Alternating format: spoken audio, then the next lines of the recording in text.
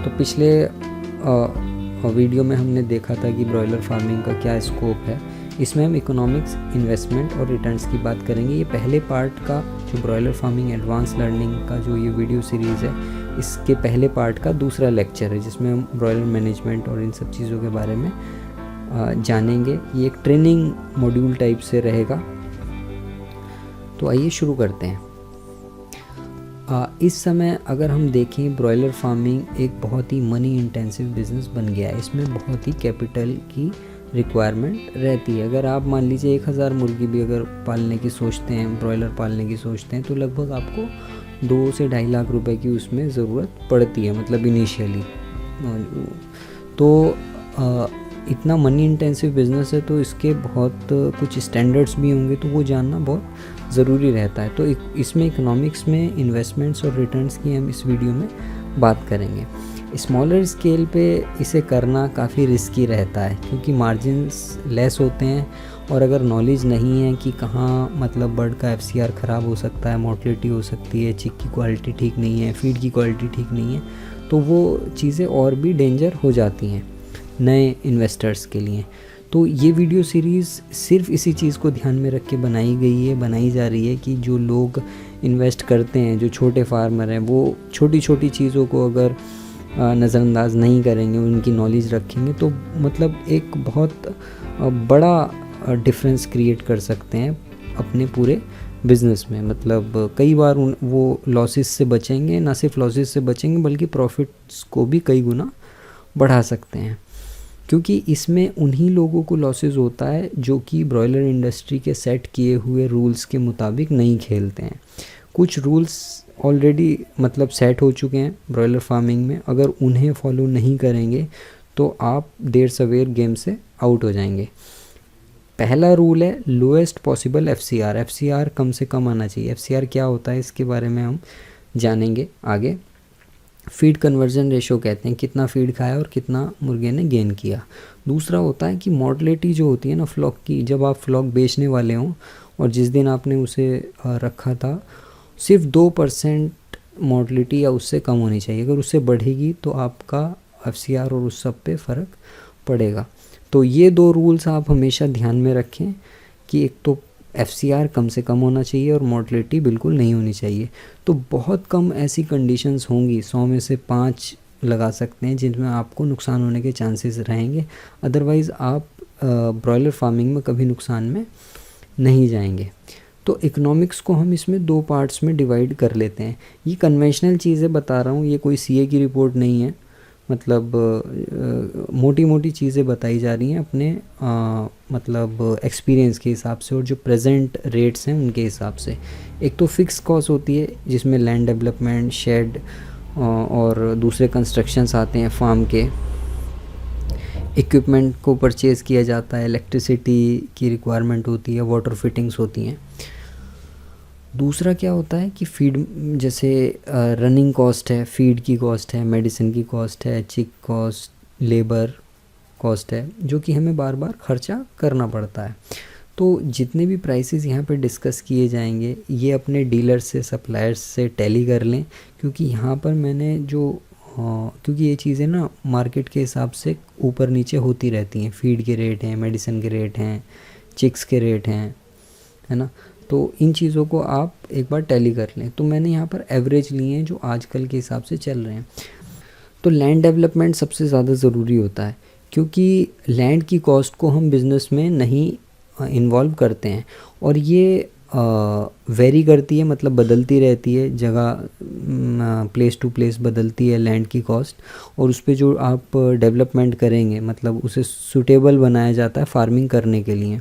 जैसे मान लीजिए आपने क्या, आपके पास कोई लैंड है, उसमें रोड ही नहीं है वहाँ तक, तो आपको नई रोड बनानी पड़ रही है, या ओल्ड रोड है वो उसमें गड्ढे हैं, पानी भर जाता है तो उसे रिपेयर कराना पड़ रहा है, या जो ज़मीन है वो नीची है, वहाँ पे भराव कराना पड़ेगा आपको शेड कंस्ट्रक्शन के लिए कि कहीं बारिश हो तो पानी ना भर जाए, या कच्ची है, रेतीली है, तो वो सब चीज़ें देखी जाती है। तो land development place to place, condition to condition vary करता है, लेकिन लैंड डेवलपमेंट फार्म बनाने से पहले बहुत ज़रूरी होता है। अदरवाइज़ बाद में प्रॉब्लम्स आती हैं कि आप लीटर को कहाँ डिस्पोज़ करेंगे, या आसपास ऐसा तो नहीं है कि आबादी आ जाएगी पिछले अगले 2-3 सालों में या कुछ टाइम बाद, या आसपास के लोगों को परेशानी ना हो, तो वो सब चीज़ें देखी जाती हैं। उसके बाद आता है जब हम लैंड डेवलपमेंट कर लेते हैं तो हम शेड का कंस्ट्रक्शन शुरू करते हैं। ये भी काफ़ी वेरिएबल होता है और शेड की कॉस्ट भी डिपेंड करती है लोकल रिसोर्सेज पे और ट्रांसपोर्ट कॉस्ट पर।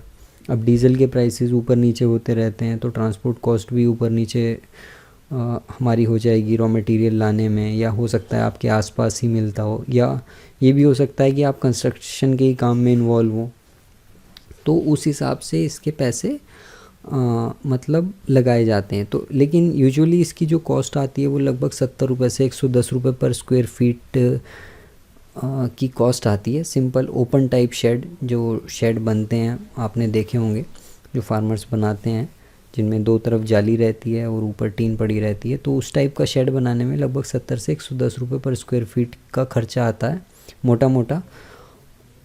और अगर आप एनवायरनमेंट कंट्रोल शेड बनाना चाहते हैं तो वो लगभग 250 से 300 रुपये पर स्क्वायर फीट तक का खर्चा उसमें चला जाता है। लेकिन हम यहाँ पर सिर्फ एनवायरनमेंट कंट्रोल की बात नहीं करेंगे, अभी तो नहीं करेंगे। अभी तो हम जो जर्नल शेड्स हैं जो ओपन टाइप के बनते हैं उनमें कैसे फार्मिंग की जाती है, उनमें क्या क्या इश्यूज़ आते हैं, उन्हीं के बारे में बात की जाएगी। इक्विपमेंट की कॉस्टिंग देख लेते हैं। जो इसमें कई सारे मतलब इक्विपमेंट्स आते हैं, जैसे चिक फीडर है, जंबो फीडर है, उसकी मिनी ड्रिंकर है, लार्ज ड्रिंकर है, चिक ट्रे है, ब्रूडर गार्ड है, बुखारी है। ये इक्विपमेंट यूज़ कैसे होंगे, कहाँ यूज़ किए जाएंगे, वो अगली वीडियोस में मतलब chapter to chapter, video to video वो हम बताते चले जाएंगे। अभी बस यहाँ पर आपको कॉस्टिंग बताई गई है मोटी मोटी अप्रॉक्सीमेटली।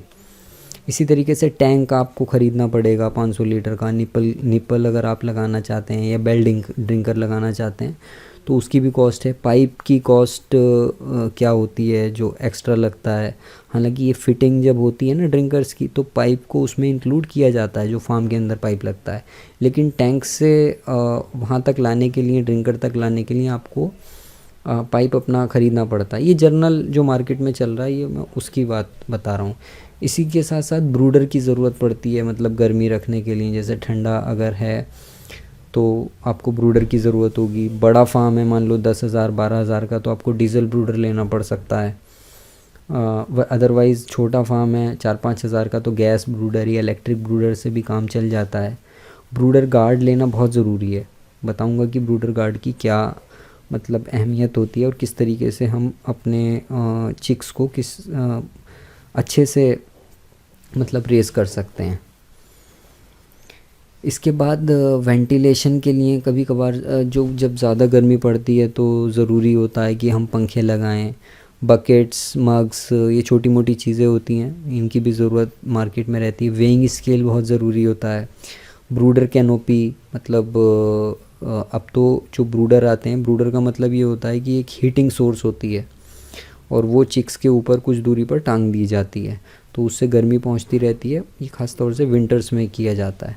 तो पहले ब्रूडर कैनोपी यूज़ होती थी, उसमें हीटर लगा देते थे, लेकिन अब ब्रूडर के साथ साथ ही आती है वो। डिजिटल बॉडी थर्मामीटर की रिक्वायरमेंट रहती है, रूम थर्मामीटर की रिक्वायरमेंट रहती है। कर्टेंस आपको लेने पड़ेंगे। कई लोग कट्टे, जो फीड के कट्टे होते हैं उनके कर्टेंस बना लेते हैं, वो कोई बुरे नहीं है, बहुत अच्छी बात है वो। अदरवाइज़ आप वैसे कर्टेन भी जो मतलब मैनुअल होते हैं जो घुमा के ऊपर नीचे किए जा सकते हैं वो भी रख सकते हैं और वही मतलब प्रॉपर रखने चाहिए। फ्लेम गन की ज़रूरत पड़ती है, थर्मल फॉगर की ज़रूरत पड़ती है। ये फ्लेम गन, थर्मल फॉगर ये सेकेंडरी चीज़ है, मतलब आप लेंगे और इसे इस्तेमाल करेंगे तो आपकी एफिशिएंसी फार्मिंग की बढ़ेगी। क्यों बढ़ेगी ये हम अगले वीडियोस में देखेंगे। इसके बाद मॉइस्चर मीटर होता है, लीटर का मॉइस्चर देखने के लिए या फिर ग्रेन्स वगैरह का, फीड का मॉइस्चर देखने के लिए। और इंफ्रारेड थर्मामीटर, इंफ्रारेड थर्मामीटर की भी बहुत ज़रूरी मतलब होता है। आजकल कोरोना के उसमें तो ये काफ़ी पॉपुलर हो गया है, सब लोग जानते हैं इसके बारे में। इसके बाद फॉगर स्प्रिंकलर्स की भी नीड होती है गर्मियों में। इसके लिए टाइमर आता है, फॉगर्स के लिए साइक्लिक टाइमर वो लगाया जाता है, तो उससे मिस्ट और स्प्रिंकलर वो चलता रहता है। PH and TDS meter, ORP meter. इसके अलावा भी कुछ इक्विपमेंट्स हो सकते हैं। मैंने कोशिश की है कि सभी को यहाँ पे मतलब बता दूँ आपको, क्योंकि ये किसी किताब में तो लिखा नहीं है ना कहीं ऐसे अवेलेबल है। तो जो जो मेरे दिमाग में आया मैंने बता दिया। हो सकता है कि 2-4 चीज़ें और भी मतलब इसमें छूट गई हों, और अगर याद आएगी तो हम आगे उसे डिस्कस कर लेंगे। तो ये मोटी मोटी चीज़ें हैं, ये आपको यहाँ पर बता दी गई हैं। फीड कॉस्ट इसमें एक इम्पॉर्टेंट होती है इकोनॉमिक्स की जब हम बात करते हैं। अगर क्योंकि सोया के जो प्राइसेस हैं वो बहुत वेरी हो रहे हैं, मतलब होते रहते हैं। अभी पिछले महीने सोया 40 रुपये मिल रही थी, अब 60 रुपये हो गई है। जिस टाइम मैंने प्रेजेंटेशन बनाई थी उस टाइम 45 रुपये थी, 45 से 50 रुपये के बीच में। तो वेरी करती रहती है। तो प्री स्टार्टर की कॉस्ट अगर मक्का 18 रुपये है और सोया 45 रुपये है, तो प्री स्टार्टर की कॉस्ट लगभग 35 रुपये तक आती है। स्टार्टर 33 रुपये और फिनिशर 32 रुपये तक हमें पड़ जाता है। मेज सोया का जो फीड होता है उसमें FCR 1.5 या उससे नीचे ही रहता है, मतलब इजीली आ जाता है।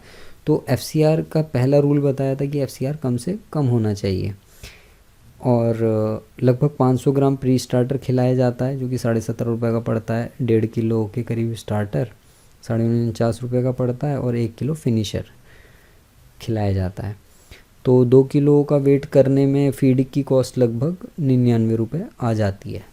अब ये डिपेंड करेगा कि 99 आ रही है कि आपने किस तरीके का मैनेजमेंट किया है। हो सकता है बीमारी आ गई हो, वेंटिलेशन प्रॉपर ना हो, पानी में इकोलाई हो, तो उससे FCR इफ़ेक्ट होता है। चिक की कॉस्ट भी बहुत वेरिएबल रहती है, और 12 रुपये से 35, 40, 45 रुपये तक भी चिक्स मिलता है।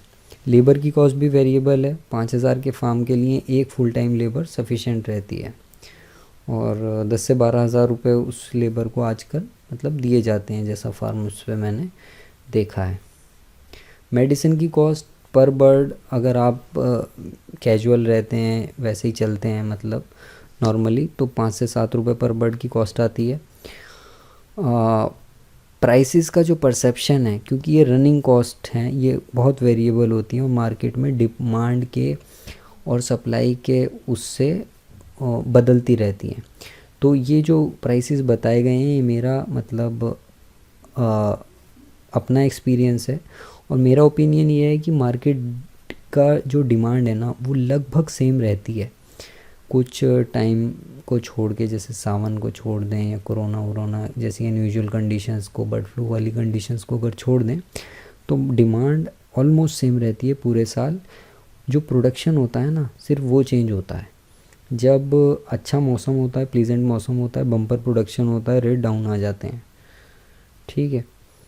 और जब गर्मियाँ होंगी, बहुत तेज़ हीट स्ट्रेस वगैरह होगी, बर्ड वेट गेन नहीं करेगा, तब सप्लाई कम हो जाती है, डिमांड तब भी उतनी रहती है, तो मुर्गा महंगा बिकने लगता है। तो इन चीज़ों का मतलब प्राइसेस जो हैं ये थोड़े वेरी करते हैं, लेकिन अप्रॉक्सीमेटली यही रहता है। तो अगर हम इकोनॉमिक्स देखें 5000 चूज़ों की, तो यहाँ पर दी गई है चिक्स की कॉस्ट लगभग 1.25 लाख रुपए आएगी। फीड की कॉस्ट 5000 में लगभग 4,80,000 रुपये आती है। मेडिसिन वैक्सीन 15,000 रुपये की आप लगा सकते हैं। लेबर कॉस्ट लगभग 12,500 रुपये। इलेक्ट्रिसिटी, ट्रांसपोर्ट वगैरह भी अगर हम मतलब लगाएं तो 5,000 रुपये वो। तो टोटल एक्सपेंसेस जो हो जाते हैं 2 किलो का वेट गेन करने के लिए 5,000 बर्ड्स में, मैं यहाँ पर ये लगाया है कि 5,000 में 2% मोर्टलिटी है और 1.5 का FCR है। तो टोटल लाइव वेट अचीव आप कर लेते हैं लगभग 10,000 किलो, और 85 रुपये के हिसाब से अगर मार्केट में बेचते हैं तो 5,000 पे आपको 2-2.25 लाख रुपए का प्रॉफिट हो जाता है। तो ये जस्ट टेंटेटिव कैलकुलेशन है, बार बार मैं वही बात कह रहा हूँ, क्योंकि ये मार्केट की कंडीशंस के हिसाब से चेंज होती रहती हैं। 5,000 बर्ड्स के फार्म्स में आपको फ्लॉक में 8 लाख रुपए तक भी बच सकते हैं, मैंने देखा है, और लॉसेस भी हो सकते हैं। लेकिन अगर FCR 1.5 से कम है और मोर्टलिटी 2% है तो लॉसेस के चांसेस बिल्कुल ही नेग्लिजिबल हो जाते हैं, लॉसेस नहीं होते हैं फिर। तो ये सेकंड वीडियो या सेकंड लेक्चर हमने कंप्लीट किया इकोनॉमिक्स के बारे में, इसके रिटर्न और इन्वेस्टमेंट के बारे में। ब्रॉयलर फार्मिंग की जो सीरीज़ चल रही है, नेक्स्ट लेक्चर में हम साइट सिलेक्शन के बारे में पढ़ेंगे कि साइट को किस तरीके से सेलेक्ट किया जा सकता है, कि जहाँ पर हमें फार्म बनाना है वो साइट को क्या क्या उसमें ख़ास बात होनी चाहिए।